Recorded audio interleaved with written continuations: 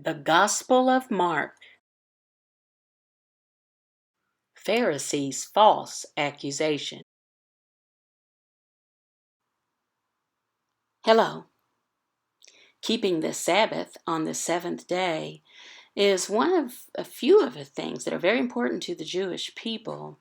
A long time ago, during the time of the Old Covenant, you had to follow this commandment. You followed all the 10 commandments, and keeping the Sabbath was one. Following this commandment, if you did not do it, you would be punished. In some situations, you could even be put to death. We read about a story in Numbers 15:32 through 36. And it is about a man who did not follow this commandment. He was punished. He was put to death.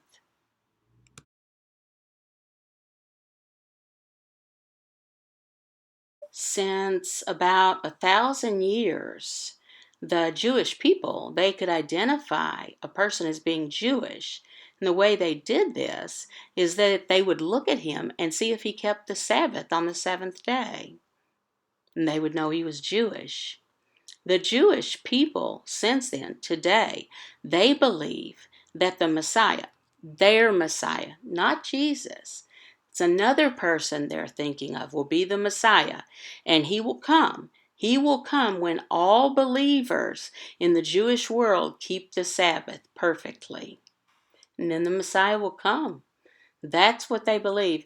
Now, today, this group is called the Rabbinic Judaism. And they believe strongly about keeping the Sabbath. Where did this come from? Long ago, when the Pharisees, they had said, that handed down through tradition, that you could not walk far on the Sabbath. The Pharisees, they accused Jesus' disciples. They accused them that the disciples were picking food. They were plucking off pieces of grain that was growing there. Yeah, and eating it. Also, it seems that the Pharisees were accusing them of what? Well, saying they traveled too far. One Sabbath he was going through the grain fields, and as they made their way, his disciples began to pluck heads of grain. And the Pharisees were saying to him, "Look, why are they doing what is not lawful on the Sabbath?" Mark 2:23 through 24.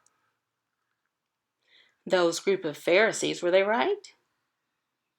Well, we're going to see in verses 23 through 28 later in another devotional. We'll find they are wrong. They interpreted the Mosaic law wrong, but we're going to put that aside for now. First, Jesus answered them. What did he say? He said, look at the example of David. David, who would later become King David.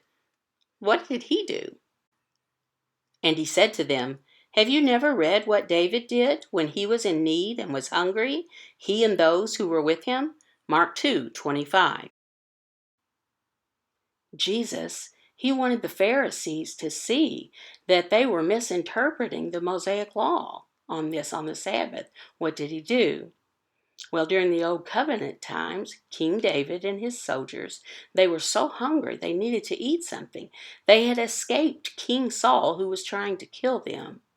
And they went into the temple, and there was the showbread, and it was on the table. And there was also the bread of the presence, and it was in the holy place inside the temple at Jerusalem.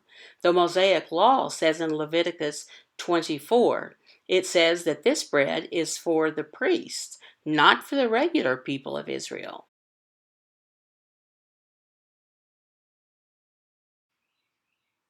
Jesus, what was his point? Well, during the time of Abiathar, who was the high priest, David and his soldiers, they were hungry and they went ahead and ate the bread. How he entered the house of God in the time of Abiathar, the high priest, and ate the bread of the presence, which is not lawful for any but the priest to eat, and also gave it to those who were with him. Mark 2:26. Now that story, where is it found in the Bible? Well, it's found in 1 Samuel 21. In verse 6, it says that Ahimelech, he gave the bread to David and his soldiers. So the priest gave him the holy bread, for there was no bread there but the bread of the presence, which is removed from before the Lord to be replaced by hot bread on the day it is taken away. 1 Samuel 21:6.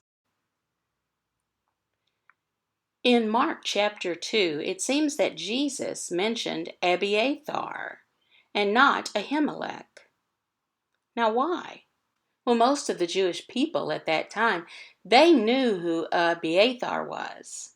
He was the high priest. He became high priest after King Saul of Israel had killed Ahimelech. Why did he kill him?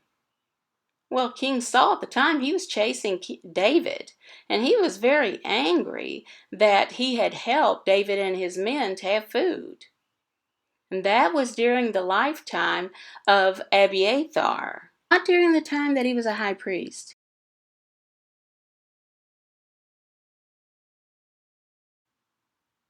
Jesus, he used David as an example to make it clear that interpreting the law you had to do very carefully, not just hang up one passage and say, okay, this is what it means.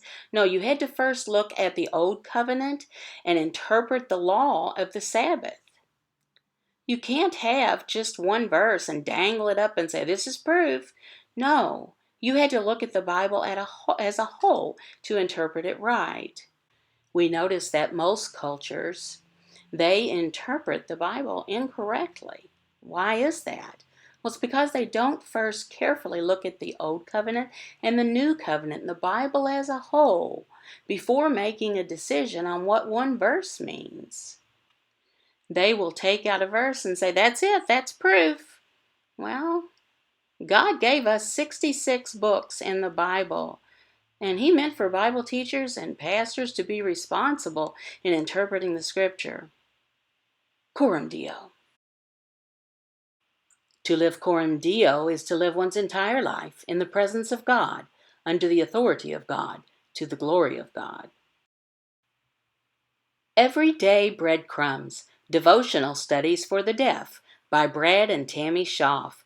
Taught in American Sign Language by Brad and voiceover by his wife, Tammy. All verses are from English Standard Version.